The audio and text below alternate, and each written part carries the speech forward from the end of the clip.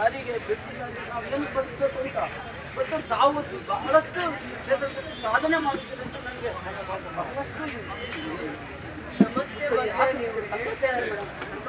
ಬಗ್ಗೆ ನೀವು ಮಾತಾಡ್ತಾ ಇರೋದ್ರ ಬಗ್ಗೆ ನಮ್ಗೆ ಗೌರವ ಇದೆ.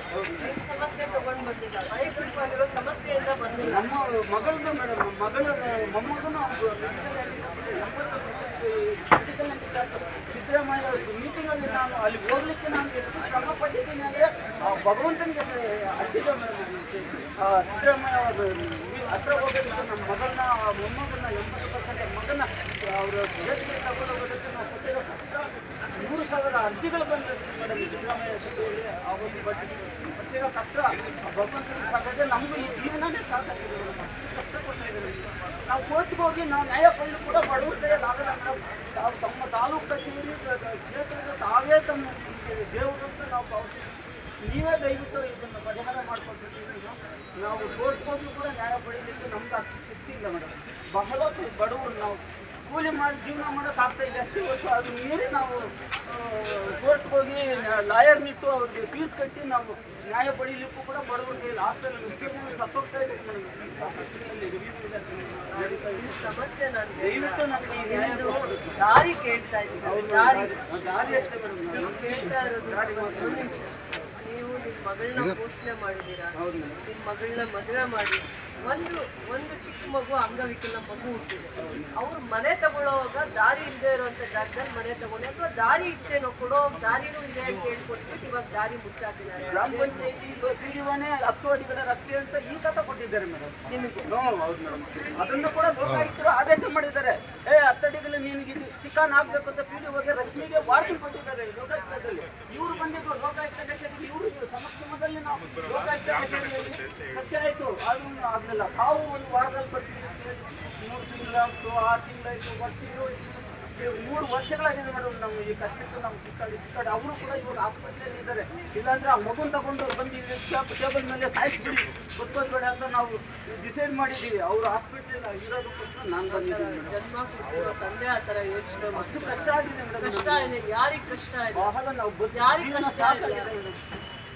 ದಯವಿಟ್ಟು ಈಗ ಸಮಸ್ಯೆ ಪರಿಹಾರ ಮಾಡಿ. ನಾನು ಉಸಿರಿರೋವರೆಗೂ ನಾನು ಹೋರಾಡ್ತೀನಿ. ನಾನು ಯಾವುದಾದ್ರೂ ತಲೆ ಮೇಲೆ ಹಾಕೊಂಡ್ಬಿಟ್ರೆ ಸಾಯ್ಬೇಕಿಲ್ಲ. ಸಮಸ್ಯೆ ಪರಿಹಾರ ಆಗಬೇಕು. ನನ್ನ ಜೀವನ ಅಂತ ದಯವಿಟ್ಟು ಇದನ್ನು ಪರಿಹಾರ ಮಾಡಿಕೊಟ್ರೆ ಈ ಕ್ಷೇತ್ರದಲ್ಲಿ ನಿಮ್ಮ ಪಂಚಾಯತಿ ವ್ಯಾಪ್ತಿಗೆ ಬರುತ್ತೆ. ಅದು ನೀವು ಪೊಲೀಸ್ ಡಿಪಾರ್ಟ್ಮೆಂಟ್ ಇದ್ರೂ ಸರ್ವೇವ್ರನ್ನ ಕರ್ಕೊಂಡು ಹೋಗ್ಬೇಕಾಗತ್ತಾ ನೋಡಿ. ಹೋಗೋ ಒಂದ್ಸತಿ ರೆವಿನ್ಯೂವನ್ನು ನಿಮ್ಮ ಜೊತೆಯಲ್ಲಿ ಕರ್ಕೊಂಡು ನಾಳೆ ನಾಡಿದ್ದಲ್ಲಿ ನನಗೆ ರಿಪೋರ್ಟ್ ತಗೊಂಡು ಎಷ್ಟು ದಾರಿ ಬಿಡಿಸ್ಬೋದು, ಎಷ್ಟು ಮನೆ ಇದೆ, ಇವರು ಅಲ್ಲಿ ಮನೆ ಎನಿಸಿಕೊಂಡಿದ್ದಾರೆ ಅಂತ ಈ ಪತ್ರ ವಾಪಸ್ ತಗೊಂಡು ನನ್ನ ಮೇಲೆ ನಂಬಿಕೆ ಇಲ್ಲ ಅಂದರೆ, ನಿಮಗೆ ಶಾಸಕರ ಮೇಲೆ ನಂಬಿಕೆ ಇಲ್ಲ ಅಂದರೆ, ನಮ್ಮ ವ್ಯವಸ್ಥೆ ಬಗ್ಗೆ ನಾವು ಕೆಲಸ ಹೇಗೆ ಮಾಡ್ತೀವೋ ಆ ಕಾರ್ಯವೈಖರಿ ಬಗ್ಗೆ ನಂಬಿಕೆ ಇಲ್ಲ ಅಂದರೆ ಅವತ್ತು ಈ ಲೆಟ್ರು ದಯಾಮರಣ ಅವತ್ತು ಕೇಳಿ, ತಹಸೀಲ್ದಾರ್ಗೆ ಅವತ್ತು ಕೇಳಿ. ನಮ್ಮ ನಾನು ನಿಮ್ಗೆ ಹೇಳ್ತಾ ಇದ್ದೀನಿ, ನಿಮಗೆ ಶಾಸಕರ ಕೆಲಸದ ಬಗ್ಗೆ ನಂಬಿಕೆ ಇಲ್ಲ ಅಂದರೆ ತಹಸೀಲ್ದಾರ್ನ ಅಡ್ರೆಸ್ ಮಾಡಿದ್ದೀರಾ, ತಹಸೀಲ್ದಾರ್ಗೆ ಅಡ್ರೆಸ್ ಮಾಡಿ. ಯಾಕಂದ್ರೆ ದಯಾಮರಣ ಅಧಿಕಾರಿ ಅವರೇ ಅಲ್ಲ. ಸಮಸ್ಯೆಯಿಂದ ಬಂದಿರೋದು ನೋವಾಗ್ತಾ ಇದೆ, ದಾರಿ ಇಲ್ಲ, ಟ್ರೀಟ್ಮೆಂಟ್ಗೆ ಒಂದು ಕಾರು ಆಟೋನೋ ಆ ಜಾಗದಲ್ಲಿ ಓಡಾಡಬೇಕಂದ್ರೆ ಅವಕಾಶ ಮಾಡ್ತಾ ಇಲ್ಲ. ಮನೆ ತಗೊಳ್ಳೋರ್ಗೂ ಎಲ್ಲ ಇತ್ತು, ಪಂಚಾಯತಿಯಲ್ಲೂ 10 ಅಡಿ ದಾರಿ ಇತ್ತು. ಮನೆ ತಗೊಂಡಾದ್ಮೇಲೆ ದಾರಿ ಇಲ್ಲ. ಅದೇ ನಿಮಗೆ ನೋವು ಕೊಟ್ಟಿರೋದು ಜಾಸ್ತಿ, ಹೌದಲ್ವಾ? CM ಅವ್ರಿಗೆ ಹೋದಾಗ ನಿಮ್ಗೆ ಅದೇ ಬಾಧೆಯಿಂದ ಹೋಗಿದ್ದೀರ, ಅದಕ್ಕೆ ದಾರಿ ಹುಡುಕ್ತಾರೆ. 2 ದಿನದ ಮೇಲೆ ಸಮಯ ತಗೊಂಡು 2-3 ದಿನದಲ್ಲಿ ದಾರಿ ಹುಡುಕಿ ಏನಿದೆ ಅಂತ ವಿಶೇಷವಾಗಿರೋ ಪ್ರಕರಣ ಅಂತ ತಗೊಂಡು ಅವರಿಗೆ 3 ಇಲಾಖೆಯವರು, ನೀವು ಪೊಲೀಸ್ ಇಲಾಖೆಯವರು ಮತ್ತು ಪಂಚಾಯತಿ, ನೀವು 3 ಜನ ಹೋಗಿ ಯಾಕೆ ನಾವು ದಾರಿ ಕೊಡೋಕ್ಕಾಗಲ್ಲ, ದಾರಿ ಹುಡುಕಿ ಅದಕ್ಕೆ ಪರಿಹಾರನೂ ಇರ್ತೀವಿ ಮಾಡಬಾರ್ದು.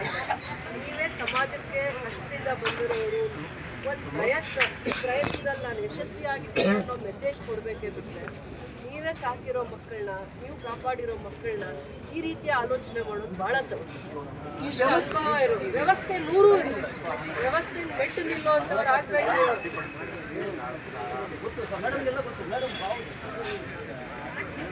ಹಾಗೆ ಆಗಲಿ 2 ದಿನ ಕಾಲಾವಕಾಶ ಕೊಡಿ.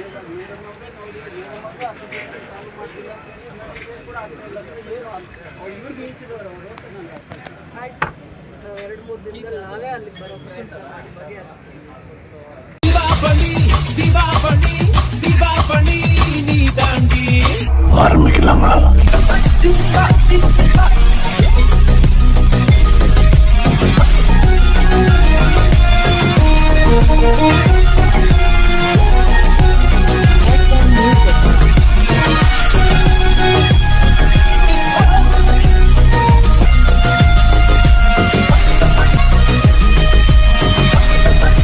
தரம் என்றும் நிரந்தரம், தரம் என்றும் நிரந்தரம், தரம் என்றும் நிரந்தரம்.